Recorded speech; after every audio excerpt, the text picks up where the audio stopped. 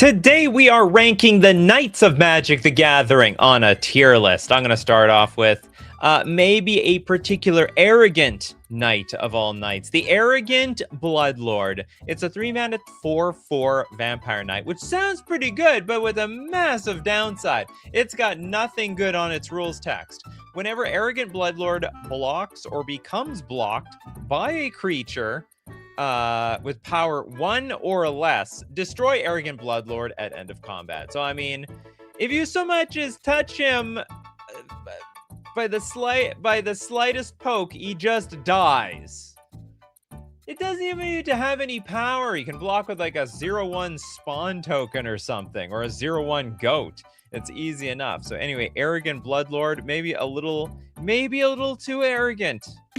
You're going very low on this list. You know what? I think I'd rank this thing perfectly D tier.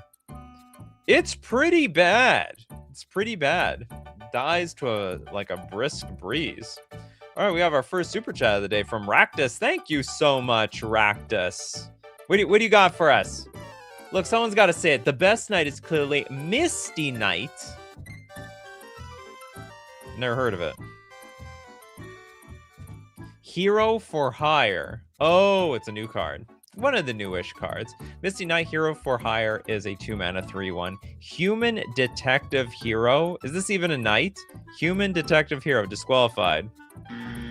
It's supposed to be knight cards. I got it. Okay, so it's going to be effectively a knight because it's got knight in the name, and you did super chat, so you know what?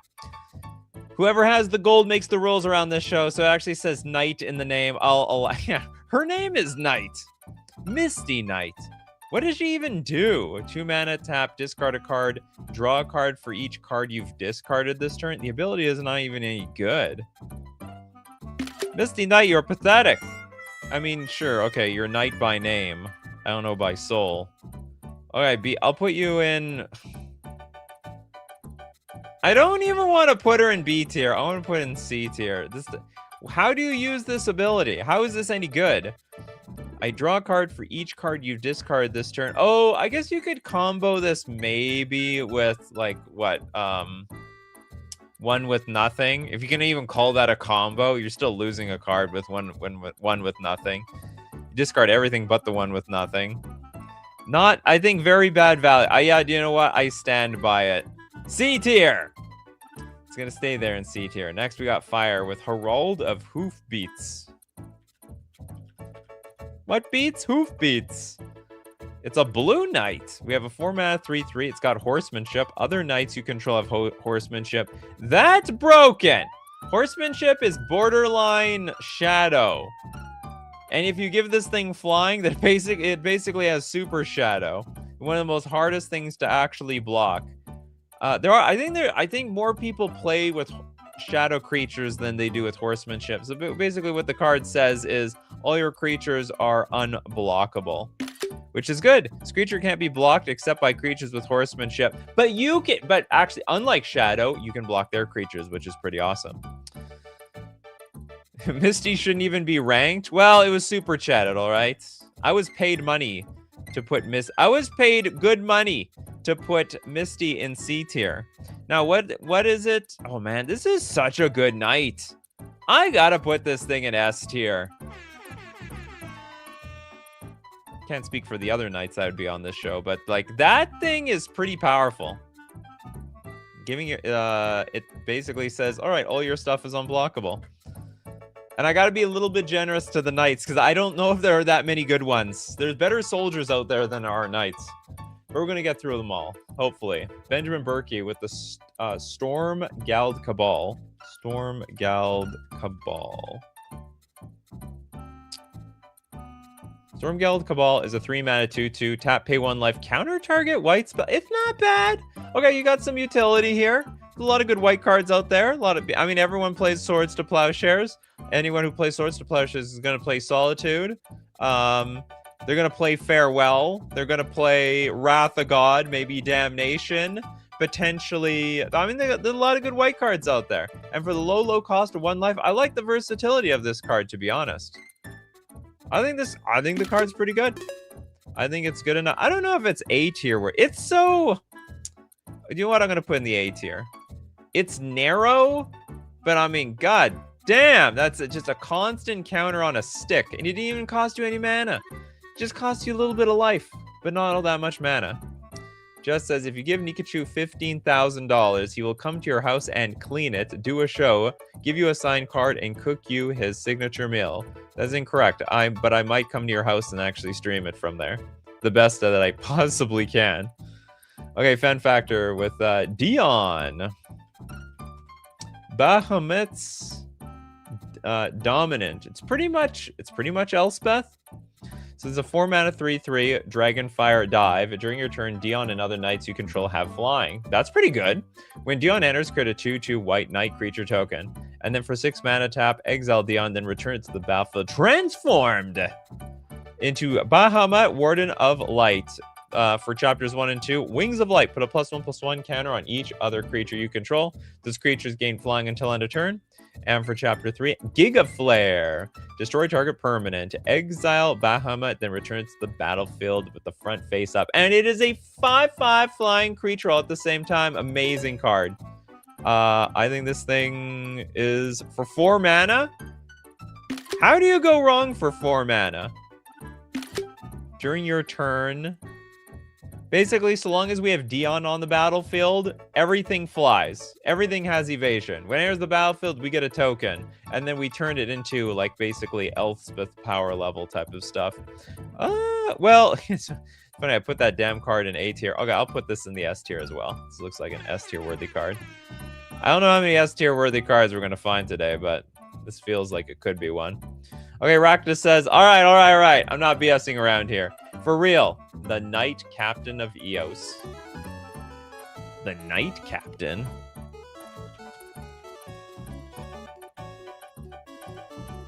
Oh, this is an old card.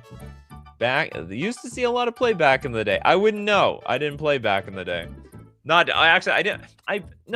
was playing a little bit after this block, but not all that much. I don't remember seeing this card. 5 mana 2/2. When Knight Captain of Eos comes into play, put 2 1/1 soldier creature tokens into play, and for a white, sack a soldier. Prevent all combat damage that would be dealt this turn. You know what? It's got practical utility. It's almost like a spore frog. It's multiple spore frogs. I'll give it that. B tier. Spore frog it up for the people that love spore frog. Who likes to fog around here? No fogging around. Next we've got good normal says Dion was the highest win rate card in Final Fantasy Limited. I don't doubt it. We got next Kano, which by the way is the reason why we have this show today, everybody. Shout out to Kano. Sky Hussar.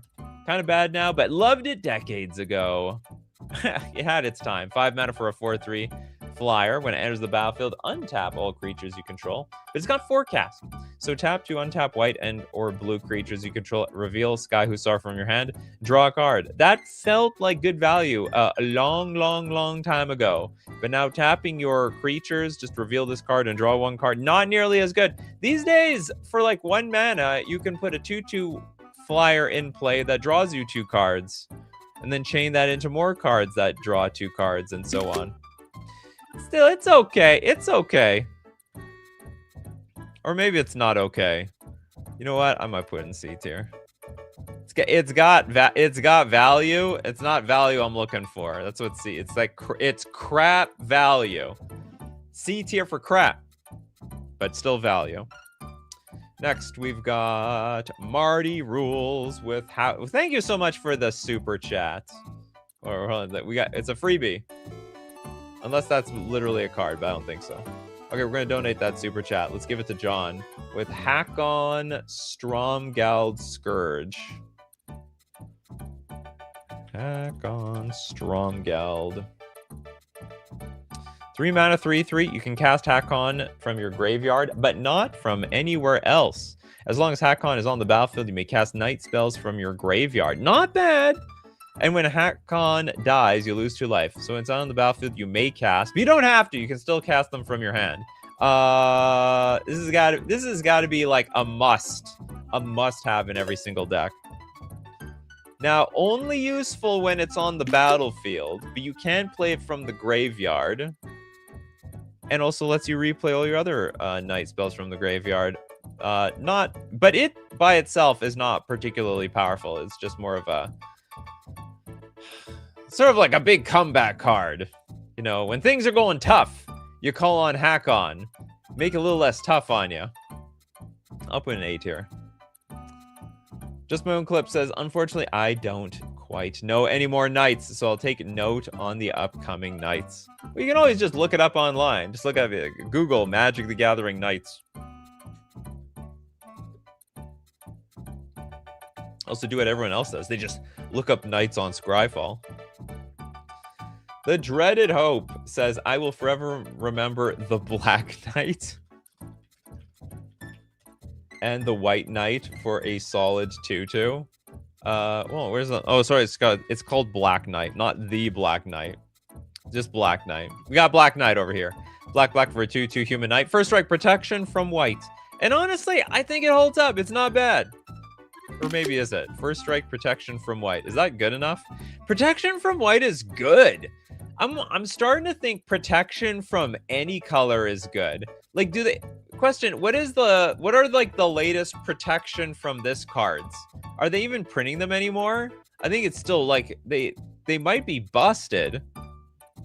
When I think of protection of white, I think of like Core Firewalker, which is in the same realm. You put this on turn 2 and like you stone block every single card out there that is a white creature.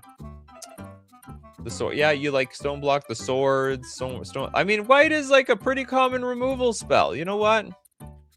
I thought I was gonna put the Black Knight in C tier. I can put it in B tier. I think there's some good utility here. I wouldn't mind having a Black Knight in my night deck. I don't know if the mana's gonna work. I think most of the knights are white. Most of them. The last major protection card was True Name Nemesis. No, really? They didn't print a single like that was like 15 years ago. They didn't print a single new creature that had protection from something. I mean, at the very least, Hex Drinker had protection from everything, but not exactly. They printed the Flash Warrior in Warhammer that grants commanders protection from everything. Wow. So I mean, it really is like illegal now to have protection on anything. We don't get 2/2 first strikers anymore, especially with protection. Vec with Pure Steel Paladin. They gotta bring Black Knight back. Probably they did. Pure Steel Paladin, white 2/2. Whenever an equipment enters the battlefield under your control, you can draw a card. Very, very good value for the 0 mana equipment decks.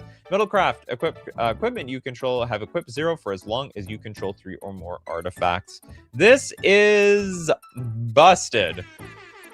And it's still like above $1 despite the fact that they reprinted the crap out of this thing. It is a combo card for any giant equipment that your heart's content.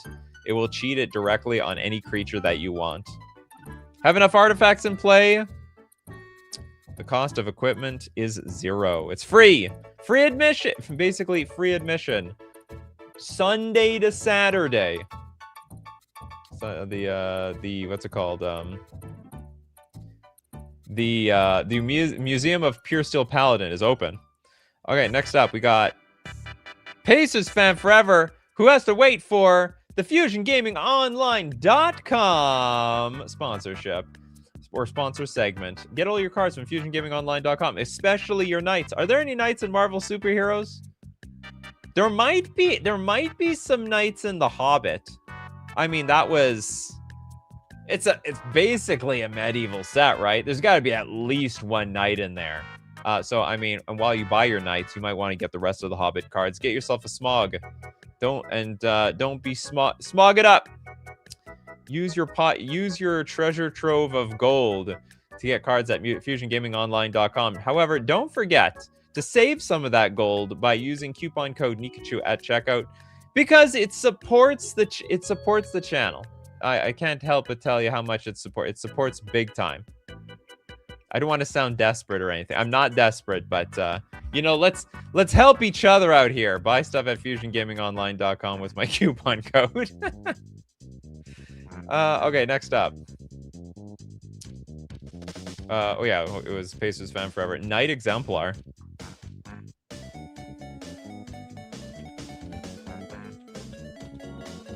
Oh, I looked up Knight Exemplar.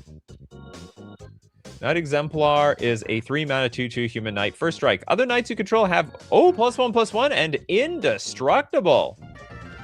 Okay, I'm not gonna argue with that. What do you guys prefer? Indestructible? All your creatures are indestructible, or all your creatures are unblockable? You can only pick one. I think I'd prefer my creatures are unblockable. I think there's other ways I can protect my creatures, but there's not a lot of ways to make your creatures like unblockable to like swing for the win, you know what I mean? They power crep Pure Steel Paladin in the Hobbit with the new dwarf that gives free equips and draws when equipment enters. Really? I had no idea. But question, is it 2 mana? You didn't mention that. Could be 4 mana for all I know.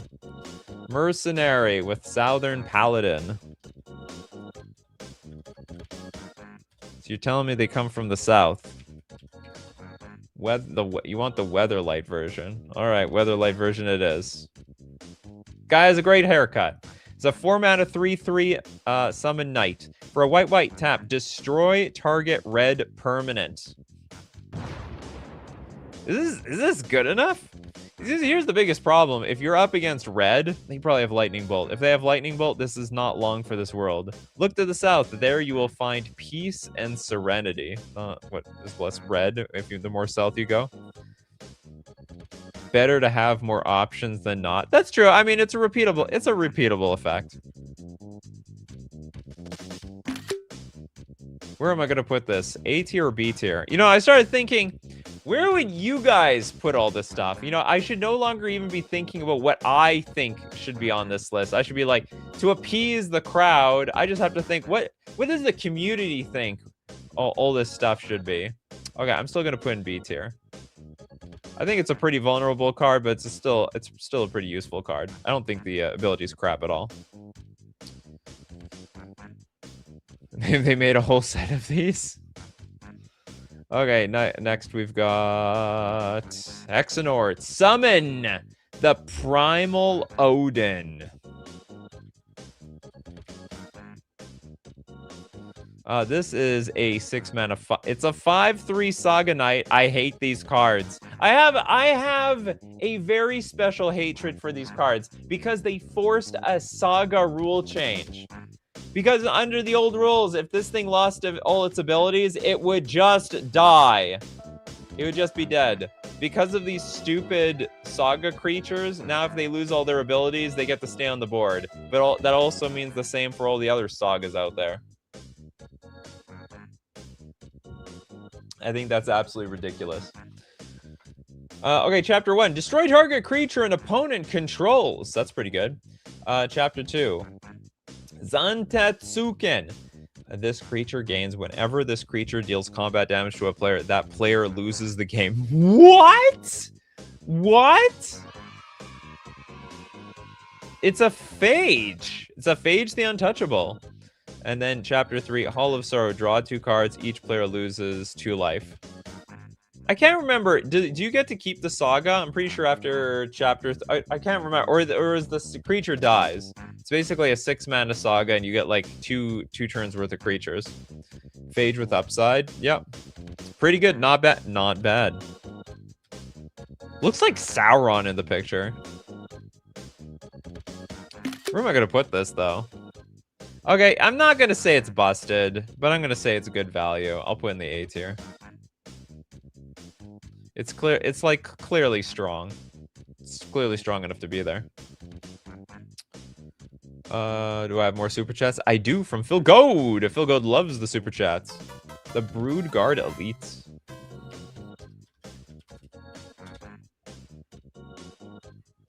Brood Guard Elite, green, X for an Insect Knight. Okay.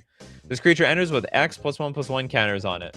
When this creature leaves the battlefield, put its counters on target creature you control. This seems so awkward. So it also has warp, which means you could warp it onto the battlefield temporarily. It's going to be exiled at end of turn. But then I guess when it leaves, you can put the counters immediately on something else. Seems very janky.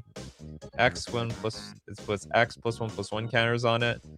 It just, yeah, it reminds me of like those an expensive version of all those affinity cards, where if the creature dies, you can put your counter somewhere else. I'll put a B tier. Yeah, B tier. Yeah, it's not too bad.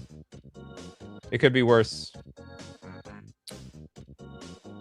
Good says Summel Primal Odin is great, but it only gets one chance to attack. Why only one? Okay, chapter 1. Chapter 2, you attack. Oh yeah, chapter 3 gets sacrificed. Oh no. Primal Odin! You weren't long for this world, Primal Odin. I'm so sorry. This world was so cruel to you! Steve Cooper, I'm late. Night of Dusk's Shadow. 2 mana 2/2.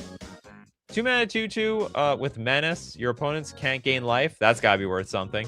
And for 2 mana, Night of Dusk's Shadow gets +1/+1 until end of turn. I have to give that second ability something. That's a pretty good Staxy effect in Commander. Especially since a lot of decks like to gain life. Well, not under my watch. A tier. Good stacks effect. Archangel New with Summon Knights of Round. Oh my god. Summon Knights of Round. This is an 8 mana 3/3 indestructible card. Chapters 1, 2, 3, and 4 create 3 2/2 white knight creature tokens. So what, after 4 chapters, we've got 12 knights? Oh, plus this guy. So we have 13. And then chapter 5, the ultimate end. Other creatures you control get +2/+2 until end of turn. Put an indestructible counter on each of them. How actually kind. It's not even too old the knights, right? So all other creatures you control get +2/+2. Anyone can get in on this. It's a pretty sick card. Okay, you know what? Okay, I can't quite give it S tier because it's dirtling around for so long in chapters 1, 2, 3, and 4. I can give it A tier though. I feel good about that. Some people probably are begging for the S tier though. Keep begging. Next we got Bryce with Smitten Swordmaster.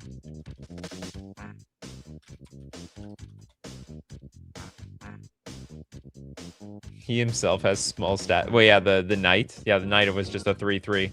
Smitten Swordmaster is a 2 mana 2/1 with lifelink, but it's got Curry Favor as a adventure. At sorcery, you gain X life, and each opponent loses X life, where X is the number of knights you control. Oh.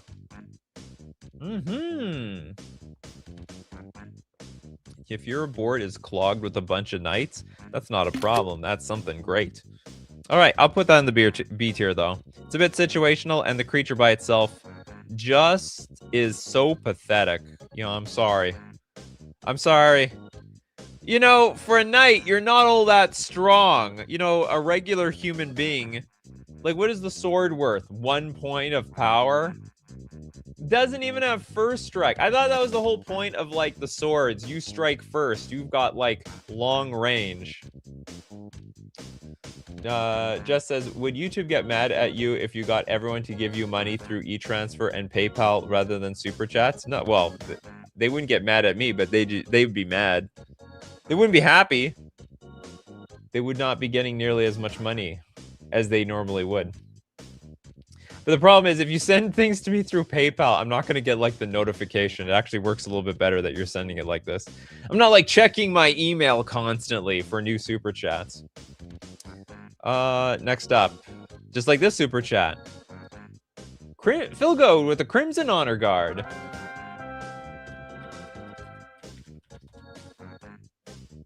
Crimson. Oh, this is a red knight. It's a vampire knight for 5 mana. 4/5 trample. At the beginning of each player's end step, Crimson Honor Guard deals 4 damage to that player unless they control a commander.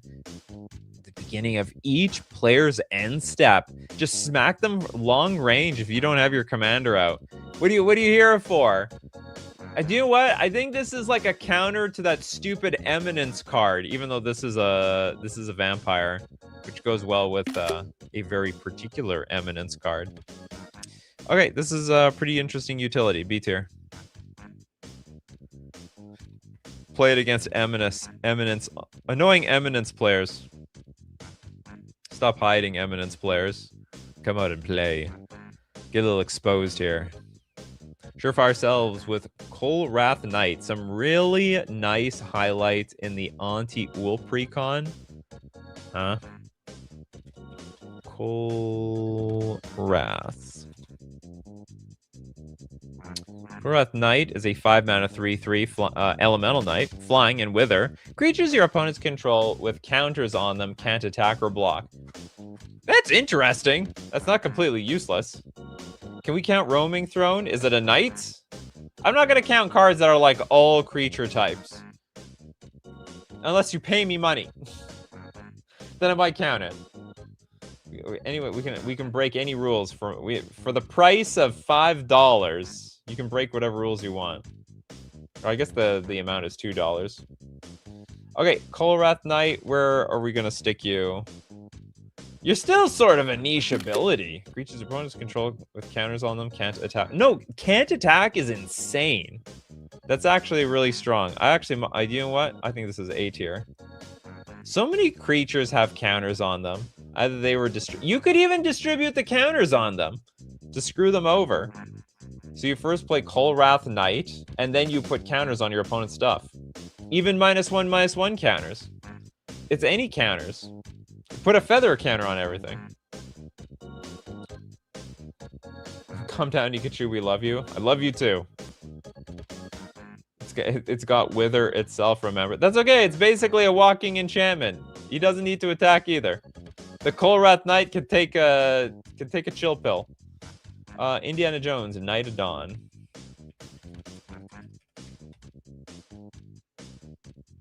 Knight of Dawn is a 3-mana 2/2 with first strike, and for 2 mana, Knight of Dawn gains protection from the color of your choice until end of turn. I don't like these types of cards. I think being a mana, it's basically, I look at them as like a 3-mana 2/2.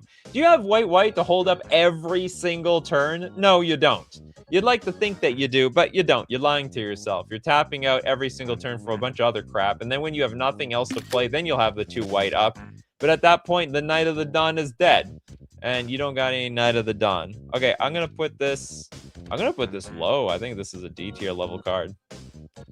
Activated abilities that even cost 1 mana. It's just so hard. It's so hard. It's so hard to hold up. And the moment you tap out, people are like, gotcha. Got your Knight of the Dawn. Gonna get them good. Okay, we got Mudacy here. Knight of the Ebon Legion. It's a black 1/2, and for 3 mana, Knight of Ebon Legion gets +3/+3 and gains Death Touch until end of turn. Now, this activated ability can work out really well, because you just attack with it, and if your opponent makes the appropriate block that would not be favorable for you, then you are activating it in the hopes of killing their creature. At the beginning of your end step, if a player lost 4 or more life this turn, put a +1/+1 counter on the Knight of Ebon Legion. It just gets bigger and bigger and bigger. I like this card. I like this card a lot. I think it's an S tier level card. It's a pretty competent 1-drop. And not everything is dependent on an activated ability. Just like you don't have to be dependent on owning every single card in Magic the Gathering when you can just rent them with mana traders. Like, what are you doing? On Magic Online, you play all your favorite paper formats, whether it's Commander or the 60-card formats from Standard all the way to Vintage. Even the funsy formats like Pauper and Pre-Modern. And have access to every single card, play whatever format you want when you rent with mana traders. Use coupon code Nikachu_AOY for 40% cash back on your 3rd month subscription. Enjoy playing Magic the Gathering through rentals. Renting is everything. This card was crazy in Standard. Card was crazy in Pioneer. Like, this saw some pretty serious Pioneer play until it got power crept beyond belief. But back in the day, it wasn't so bad. Felicia with Sear Ginger. Oh yeah, this guy's a knight. 2 mana, 3/1. Sear Ginger, the meal ender, has trample, hexproof, and haste as long as an opponent controls a planeswalker. Whenever another artifact you control is put into a graveyard from the battlefield, put a +1/+1 counter on Sear Ginger and scry 1. Pay 2, tap, sacrifice Sear Ginger, you gain life equal to its power. I think this card, so whenever another artifact you control is put into a graveyard from the battlefield, put a +1/+1 counter on Sear Ginger and scry 1. I don't know how good this card actually is. Like, it's got a lot of abilities. I have never played against it before, though. It sort of looks like it should be a competitive card, but I've never seen it see the light of day. So we're just going to put in the B tier.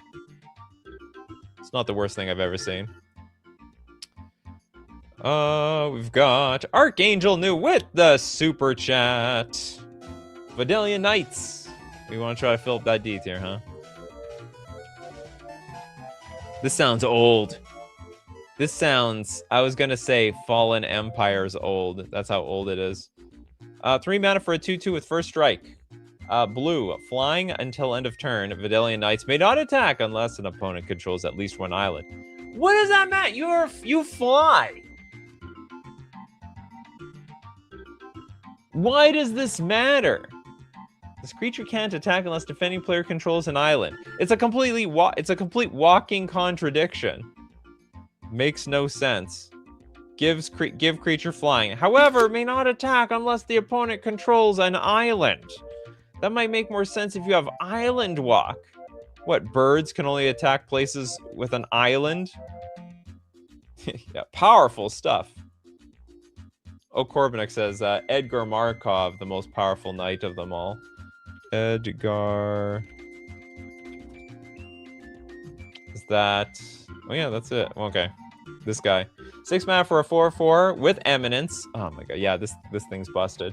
Whenever you cast another vampire spell, if Edgar Markov is in the command zone or on the battlefield, create a 1/1 black vampire creature token. First strike and haste. The rest of the words don't matter.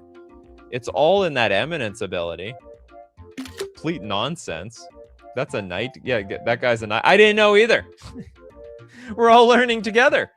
Oh, look at this. The Judge card is worth $123. It's hideous. I don't like it. I like this one better. This card probably belongs to be higher than S tier. Way higher than S tier. But I don't have a tier higher than S tier. All that for a 3 mana 2/2 with first strike and maybe flying. Maybe. Okay, Steve Cooper, what do you got for us today? I know you got a super chat. Dono. Imodane, the Power Hammer, Fun Burn Commander, and a Dono. Okay, let's look at Imodane. I've looked this card up a million times. What's a millionth? What's a millionth and one more time? Imodane, the Pyro Hammer, is a 4 mana 4/4. Whenever an instant or sorcery spell you control that targets only a single creature deals damage to that creature, Imodane deals that much damage to each opponent. So it's like a super Searing Blaze. So it's like if I lightning bolt something, I deal 3 damage to everything else. I think it's awkward. Like these cards, I think this card honestly is a lot better one-on-one than one-on-many. Just because in a one-on-one game, you're more likely to have the burn spells necessary to make that card good. I could be a little bit wrong, like maybe Earthquake plus this card is pretty strong. How would Earthquake work with this? Oh, it has to be a single creature. Yeah, okay, so this is like 60 card food, but not very good for Imodane's a knight? No, nobody pays attention. I have a feeling nobody knows what a knight is in this game. It's like this creature type that just runs right under the radar. Wizards needs to make like a knight set. And sadly, I think this was one of the knight sets, Wild of Eldraine. It was one of the more medieval types of sets out there. Okay, Gillum, you get a super chat. Compliments of Steve Cooper. Kinsbale Cavalier. Hold on. Did I? Hold on. Whoa. I didn't even rate this card. Or did I? Did I put C2? Yeah, I did put. Okay, forget it. We've done it. Okay, we're going. Kinsbale. Kingsbale Cavalier is a 4-mana 2/2. Night creatures you control have double strike. Useful utility, but that's about it. Also I'll put it in the B tier. I don't want to say that's a bad thing to have. I also don't want to cheer for it either. Not too bad. I think there's a lot of casual players that are very, how do I put it? They think very highly of this card because they want to deal double the damage. I think resilience is more important though. Everyone likes double strike, just like they like hexproof and indestructible and all those other good types. It's like first strike but better. We already had we already had one strike. What about double strike? What about third strike? We just did this, Gillum.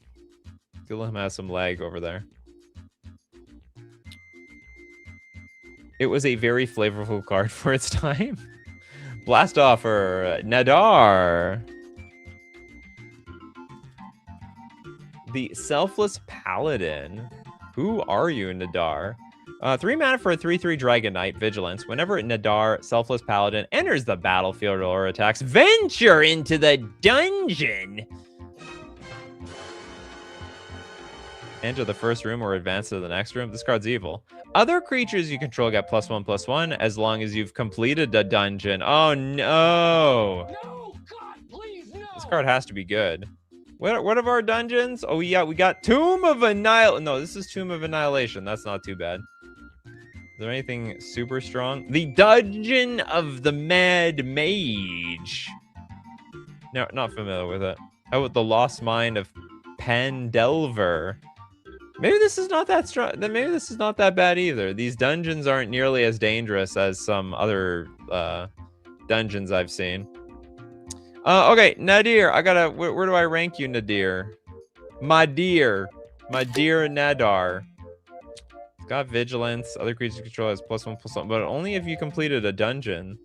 It's like a little situational. Okay, do you know what? I don't know how good those dungeons are. They could be busted. C tier. They could be busted. You can play this thing easily on turn 2 in Legacy. You could play this on turn 1 in Legacy. Pretty easily, too. Bab, Order of the Sacred Torch.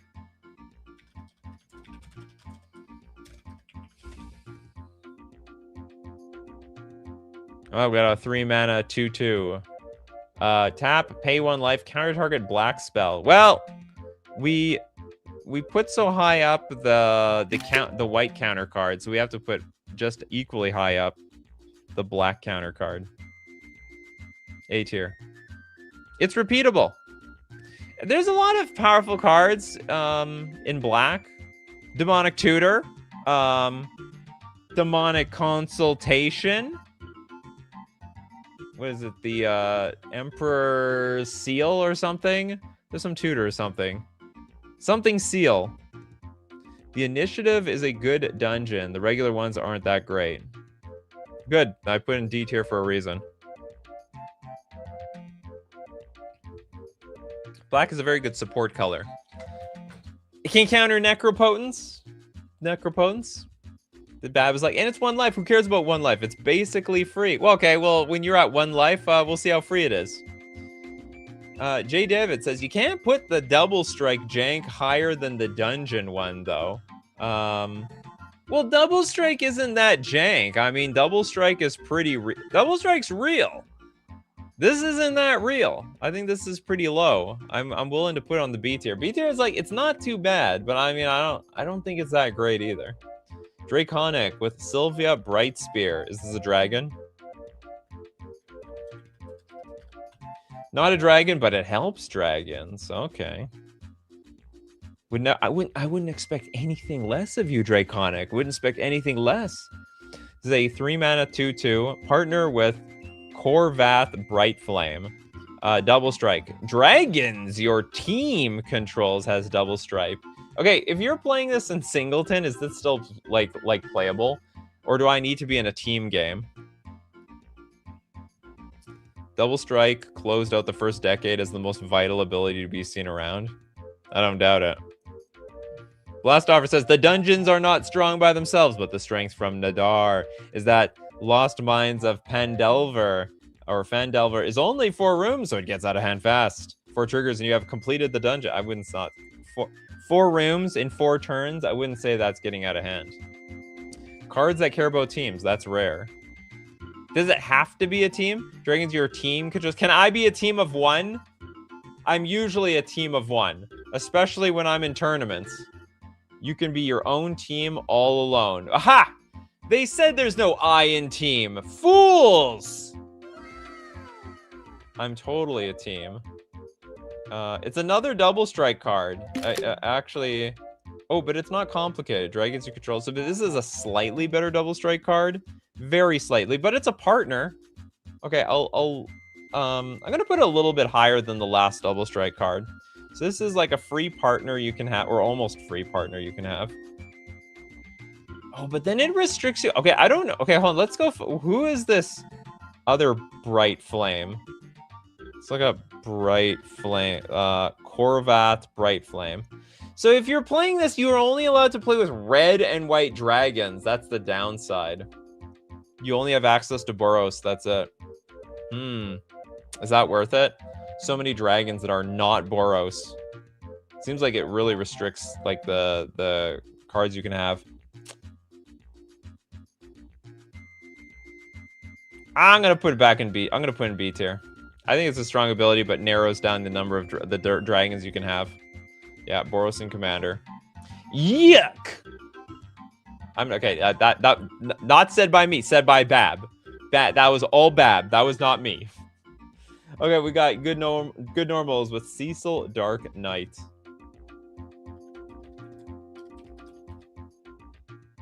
Cecil Dark Knight is a black 2/3. That's insane. With Death Touch, Darkness. When Cecil deals damage, you lose that much life. Okay, so there is some downside. Then if your life total is less than or equal to half your starting life total, untap and transform into the Cecil Redeemed Paladin, a 4/4 lifelinker with Protect. When Cecil attacks, other attacking creatures you control gain indestructible until end of turn. I think this is not bad. Not bad at all. And they're knight on both sides. Where am I going to put this? I like it. A tier. Not bad at all. Do these knights have to be legendary? Absolutely not. Most of these knights are not. Most of these knights are not legendary. Trisaru with Conrad the Grim. There's only 1 Conrad in this entire game.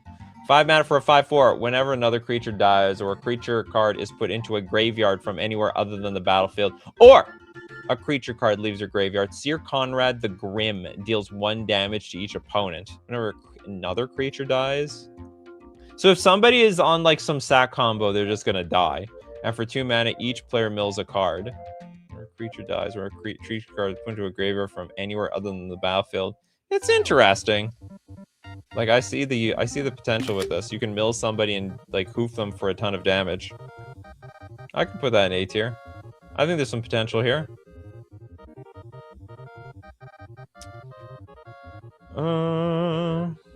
Did we do this dono? I'm not entirely sure. So we're gonna give some 1/4 seed with Zalfirin Crusader. Did we do this one? Zalfirin Crusader. Oh, we did not. 3 mana for a 2/2 with flanking. And for 2 mana, the next 1 damage that would be dealt to Zalfirin Crusader this turn is dealt to target creature or player instead. 2 thumbs down on expensive activated abilities. That's 2 mana you're just not going to have. Like, I just don't see the upside to cards like this.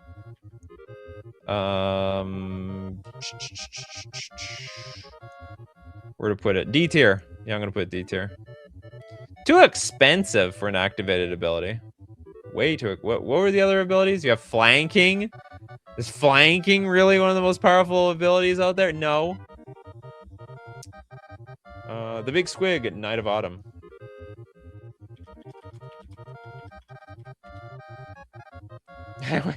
Jeff's like, I wish they brought back that flanking mechanic.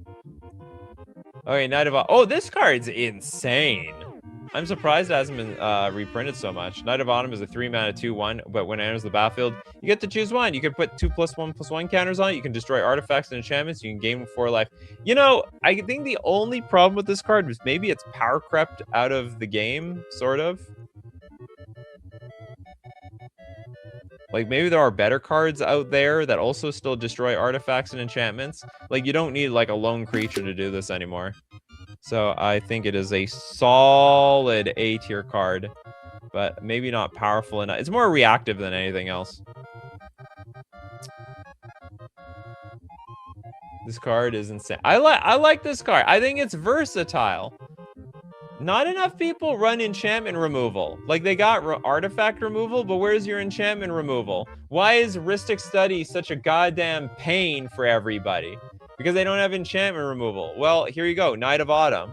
You have your night deck. Blink this thing. Squeeze those enchantments. This has seen some standard and pioneer play. This has seen modern play. Not recently. It's been a hot minute, but it has. Protopon with Black Lance Paragon.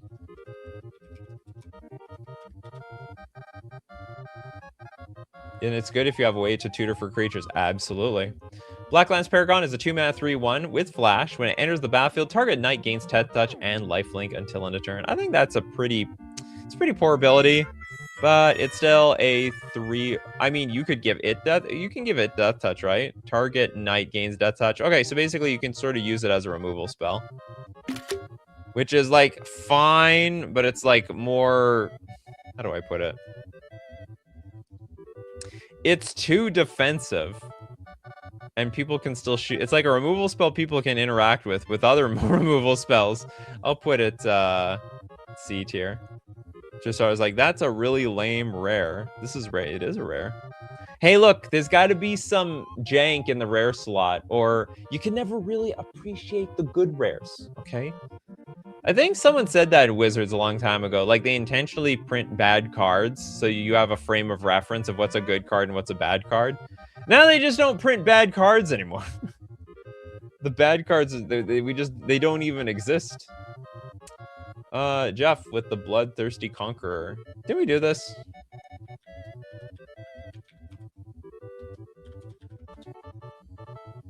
Oh, no, we didn't.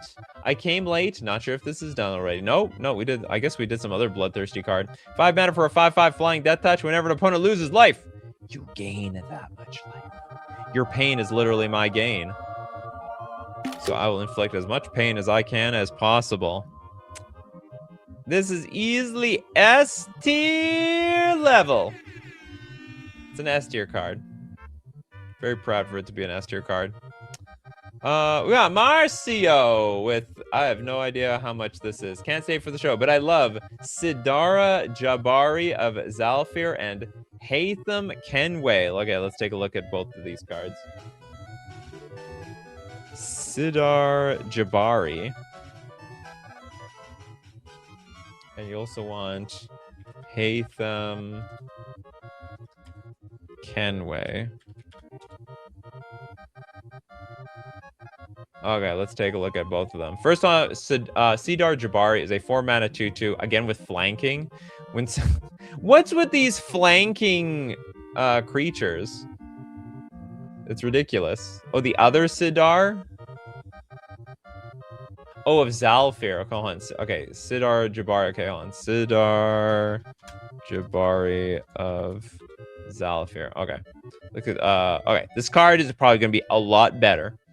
Sidar Jabari of Zalfir is a 4-mana 4/3 with Eminence. Strong ability. Whenever you attack with one or more knights, if Sidar Jabari is in the command zone or on the battlefield, draw a card, then discard a card. Oh, that's poop. That was not nearly as good as I thought it was gonna be. Flying in first strike. Whenever Sidar Jabari deals combat damage to a player, return target knight creature card from your graveyard to the battlefield. Okay, that's not bad. That's good value. I think that's very, very good value. Only this card. Gotta do something. You gotta do it yourself. Okay, I will. I think I'm still gonna put this in the. Do I put this B tier? No. Okay, you can return things back from the dead. But then if they're dead, then you're dead.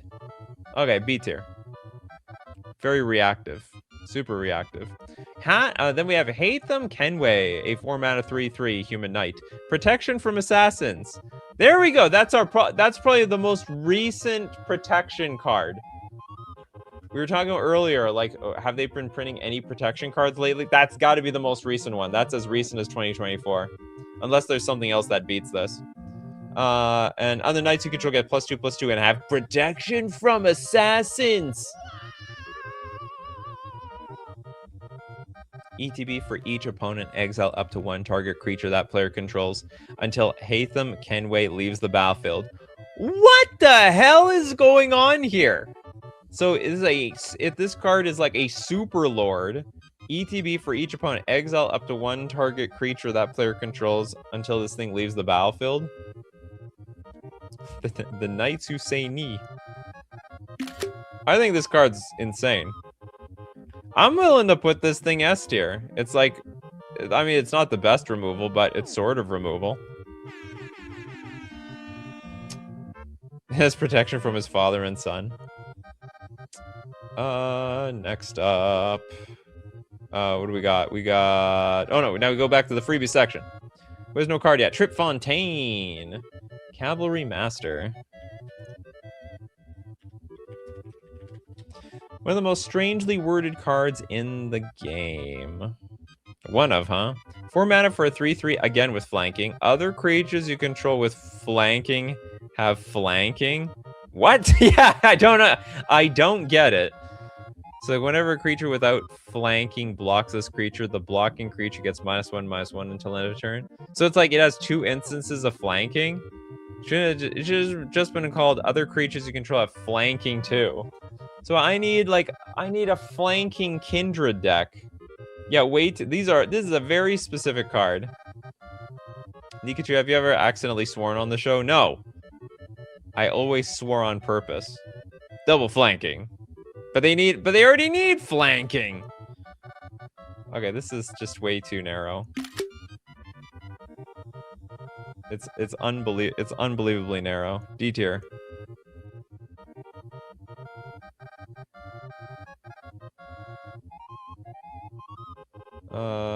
Next. But it was so damn good in draft. Was it? Was it really? Okay, next we got Marty Rules with Knight. Oh yeah, Marty Rules has a real card this time. Knight of Wundagore.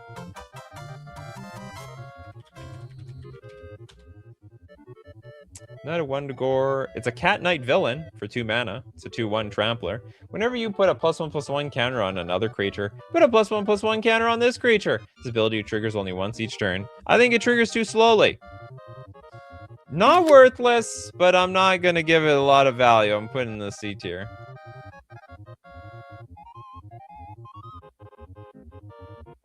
Like, what's the fastest you can like grow this thing? You know what's better? Playing Tarmogoyf and then just giving it trample. That'd probably be less of a hassle. We got King Khan with Sworn Defender.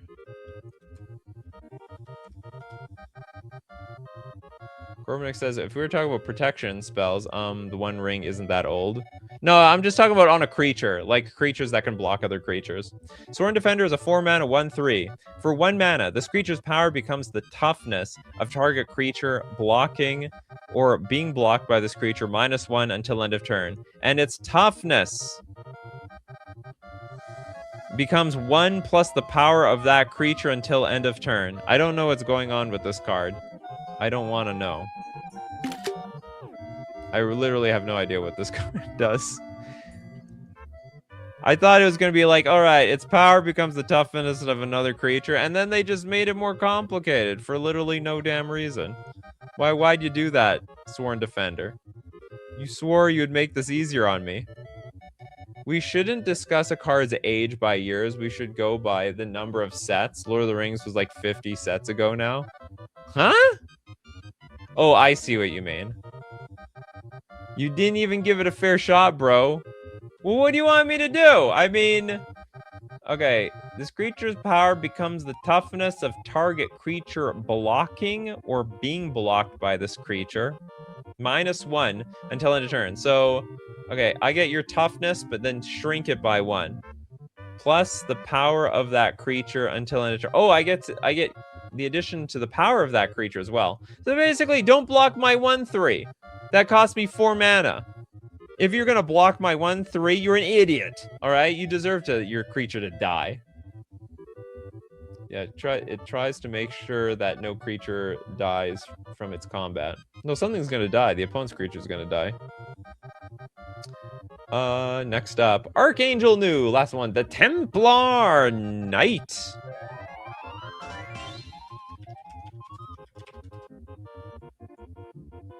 Okay, Templar Knight is a 2 mana 3/1 human knight, vigilance, and for a white, tap 5, untap attacking knights you control. Named Templar Knight. Search your library for a legendary artifact card, put it onto the battlefield, then shuffle. What would you even get? Just the One Ring? A deck can have any number of cards named Templar Knight. I need 5 of these on the battlefield? What are you, nuts? That is just not happening.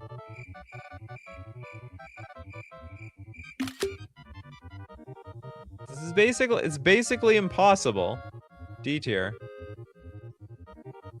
Untap 5 knights that I attacked with. Good luck even having 3 on the board. Oh, I remember the jank Templar deck. Do you now? This actually was a combo deck back in the day. Wait, what back in the day? This is 2 years old. Dies to Bowmasters. Dies to anything. Hey, who else doesn't have a card? Frosty with Nazgul. Nope, has not been done. We got the Nazgul with 3 mana. It's a 1/2. It's terrible. Death Touch. When the Nazgul enters, the ring tempts you. Whenever the ring tempts you, put a +1/+1 counter on each Wraith you control. A deck can have a deck can have up to 9 cards named the Nazgul because there were 9 Nazguls. Holy moly, Nazgul cards are expensive. People just want to collect them all. People love the Nazgul around here. Okay, I don't know. I'm not a fan of this mechanic. C tier. I don't think it's completely worthless, but it's not that great either.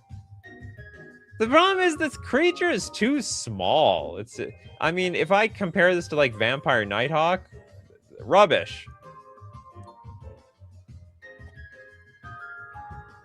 I totally depend on this ring tempting thing, which also I don't think is the most powerful card in the world either.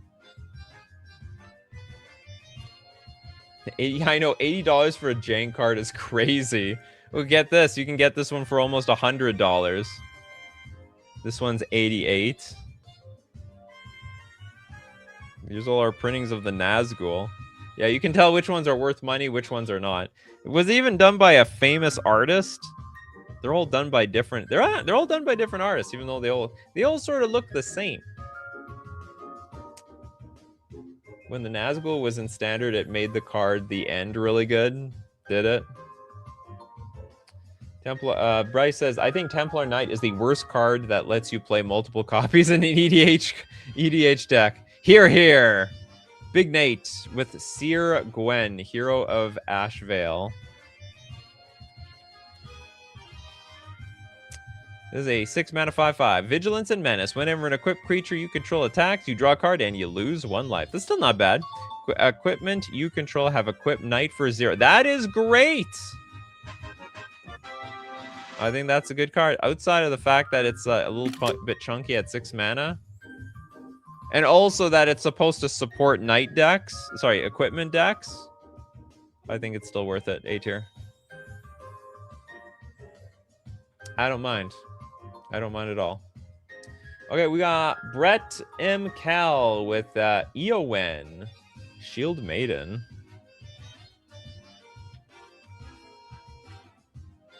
It's also a knight for... It's 5 mana. 5 mana for a 5/4 with first strike. At the beginning of combat on your turn, if another human entered the battlefield under your control this turn, create 2 2/2 red human knight creature tokens with trample and haste. If you control 6 or more humans, draw a card. Wow, I think it's pretty easy to pull this off, too. So you just play human, you get 2 more human knights. So you're already at 3. So if next turn, you'll get... just have to play 2 humans. Now, not very good in a knight deck, but much more playable in a human deck. I like the value. S tier. Only downside is no ETB. Or is there? Hold on. At the beginning of combat on your turn, if another human entered the battlefield... Oh, no, it doesn't trigger by itself. It's gotta be another one. There's gotta be another one. Who do we not got yet? Yeah, 1 human. She's my favorite commander. Says Brett M. Cal. Well, today's your lucky day. I put in S tier. Jeff says, imagine breaking the lore by having 9 Nazgul and then the Witch King of Angmar in your deck. Oh, is that supposed to also be a Nazgul? Not that I know. Do we have anyone left at no card yet? Or did we get most of the card? Everyone's got a card so far. Sort of looks like everyone got a card. Okay, we'll move on to people who do not have a second card. Martin Stromgeld. What's with all these Stromgeld cards? The Stromgeld. 4 mana for a 1/1 human knight. Whenever Martin Stromgeld attacks, other attacking creatures get +1/+1 until end of turn for each attacking creature other than Martin Stromgeld. Whenever Martin Stromgeld blocks, other blocking creatures get +1/+1 until end of turn for each blocking creature other than Martin Stromgeld. Each turn for each attacking creature other than... So basically, I attack with 5 other creatures. All attacking... Sorry, other attacking creatures are still going to get +1/+1. This thing is a 4 mana 1/1. I think that's a problem. I think that makes this card super vulnerable. Also, this card sucks if your board is really small. I'm going to put in the D tier. It might be C tier worthy, but I'm just going to be safe and put in the D tier down there. Stromgeld is a castle kingdom in MTG lore. Sounds like a lot of people are from Stromgeld. Murderous Rider.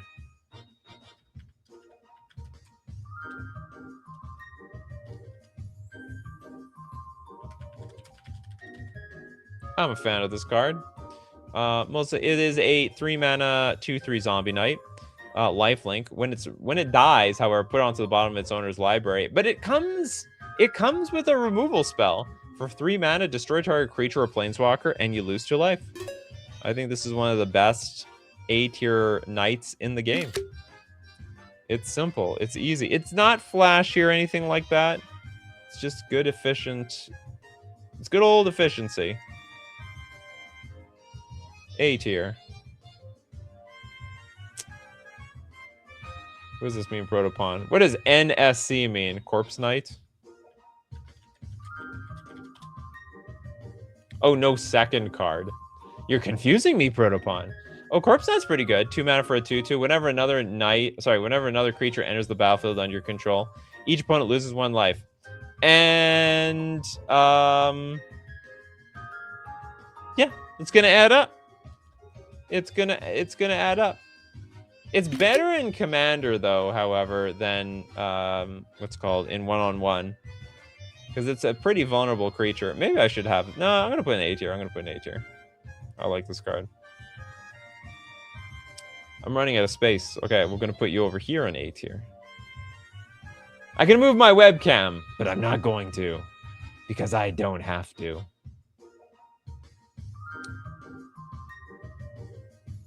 What's next? Wait a minute, what's going on here? How long has this show been going on for? Oh, we're already over an hour. I'm already over an hour. Okay, there was some Rakdos over donated. So because of this, we're going to give some freebies. Okay, so first over donation. Corpse Knight was originally printed with the wrong power and toughness. Oh yeah, I heard about that. Sorry, I play Commander more than other formats these days. That's totally fair. That's totally fair. Okay, we're gonna give a donation to the Big Squig. You love donations. Cavalier of Thorns. Isn't this like a green card? Cavalier of Thorns. Yeah, I knew it. That's a knight. It's an elemental knight. 5 mana for a 5/6 with reach. ETB. Reveal the top 5 cards of your library. Put a land card from among them onto the battlefield and the rest into your graveyard. When the creature dies, however, you can exile it. If you do, put another target card from your graveyard on top of your library. This is weird. You know what? I honestly don't want to give this card all that much. But this is like an absolute staple of Pioneer, or at least it used to. I don't know. Is the mono green devotion deck still a big thing in Pioneer, or is it dead? Did you get completely hated out of the format? So anyway, Cavalier of Thorns. I mean, it's technically S tier in that it's gotten so much play. But if I were to just read this, I think this card is crap.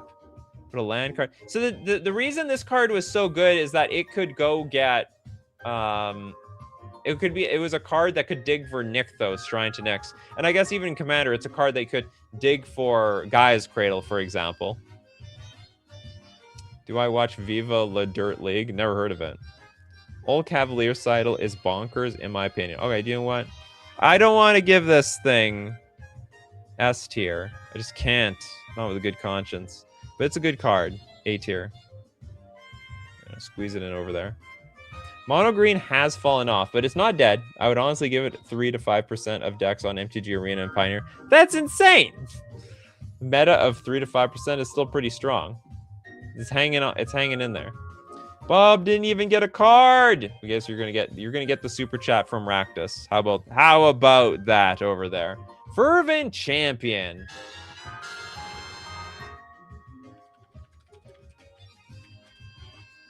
For your information, the newest cards with protection were released in the new Mystery Booster Commander set. Oh! They were waiting for the right moment to do that. Why not the best mechanic day and night, or is that the wrong show? Day and night sucks. Fervent Champion for a red is a 1/1 first strike haster. When it attacks another target attacking knight you control gets +1/+0 until end of turn. And equip abilities, you activate that target Fervent Champion. Cost 3 less to activate. I didn't even realize this is a world champion card. The more you know. Javier Dominguez. I don't know, did they even invent these cards? Because I swear to God, I don't think there's like no way this pro player made a card like this. Like, I just don't believe it. I just don't believe that he made like a sort of a janky commander card. You know, back in the day, the player got to make the card. And now it just seems like they'll make a card on your behalf and just put your likeness on it. Javier is pronounced with an H. You're right. Javier Dominguez. Javier Dominguez. What to say about this damn thing? Where does it belong? I think it's janky. I think I can put it in B tier. I've gotten wiped out by this card, you know, sometimes, so it's got a little something going for it. But for the most part, I mean, it's you're gonna kill yourself building a deck around this, then it actually beats people. Okay, that's it, everybody. 1 mana, 1/1 first strike haste with 2 more abilities is jank. Building a deck around this is jank. It's like it's asking you to put jam a bunch of equipment in your deck, which still costs like 3 mana to cast, like a lot of the swords. And then if you kill the Fervent Champion, well, that's about it. 1 mana first strike haste, that's worthless today. I mean, it's just garbage by today's standards. The buff is not bad though, but it could be better. I mean, if you're just playing it for the if you're playing it for the 1 mana 1/1 that buff stuff, maybe it's okay. Maybe if you can buff another creature. But it's only another attacking knight. All right, everybody. It's that time of the day where we end the show. As usual, we do these shows Monday, Wednesday, Friday, 9 a.m. Central Standard Time. And for all of you who love the night crowd out there, the T crew. Did we give a name for all of you watching in the evening? Tuesdays, Thursdays at 8 p.m. Central Standard Time. Thanks to everyone who supports the show. If you're a patron on Patreon, a member on YouTube, or you super chat to be part of the show, or even super chat so other people can be part of the show. Thank you so much, everyone, for being here today. Without all you fine, amazing people like Steve Cooper, Mercenary, Benjamin Berkey, Bob Talks Bridge. We got Mr. DC, Kano. We got to thank Kano again for the show. We got Brett M. Carr, Jeff, Frosty, Benjamin Berkey, 124C. I think I got Mercenary. The Big Squig. We got PETA Grow Bush. We got Protopon and Frosty again. And maybe it's Benjamin Berkey. I can't tell if I've named you people. Keep bringing those coffees. Keep bringing up the magic, everyone. And I will see you at the next cup.